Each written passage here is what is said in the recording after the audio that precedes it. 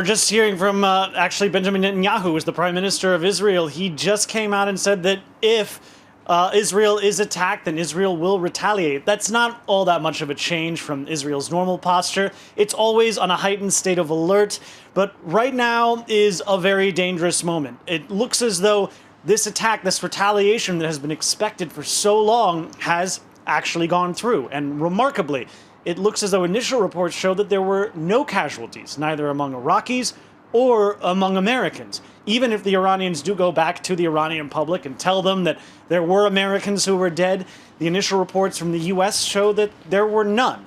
And the Iranians said that they called this operation a success. Well, meanwhile, President Trump has tweeted that all is well. And we're about to hear from President Trump, who will probably give more context into his own thinking. But it looks like, if everything we've heard up till now is true, that all of this could be over. It could have gone out with a whimper as opposed to a bang, and that would be an extraordinary end to a situation that had this entire region on tenterhooks.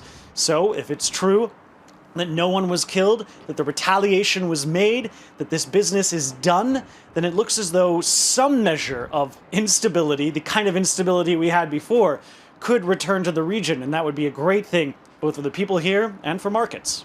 Guys? So instability will return to the region, and that's a good thing because you're not talking about chaos. It's the kind of instability that they had before, rather than rather than World War III, which I think is preferable. Right. Matt, you know, if you've looked at the statement from Iran last night, effectively trying to de-escalate this, suggesting that if there is no retaliation by the United States, that they won't retaliate. Having said that, they effectively said if there was any retaliation, they would, as you know, go after Israel. They talked specifically about Dubai. How did that, I mean, on the ground in Israel, what were people saying about that?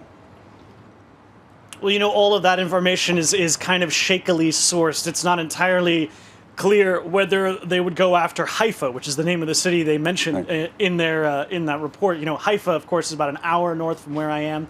It's within range of Hezbollah weaponry. So that's what makes Haifa such an attractive target, and it has a lot of military installations, a lot of industry for Israel. That's one of the reasons why they might be targeting Haifa.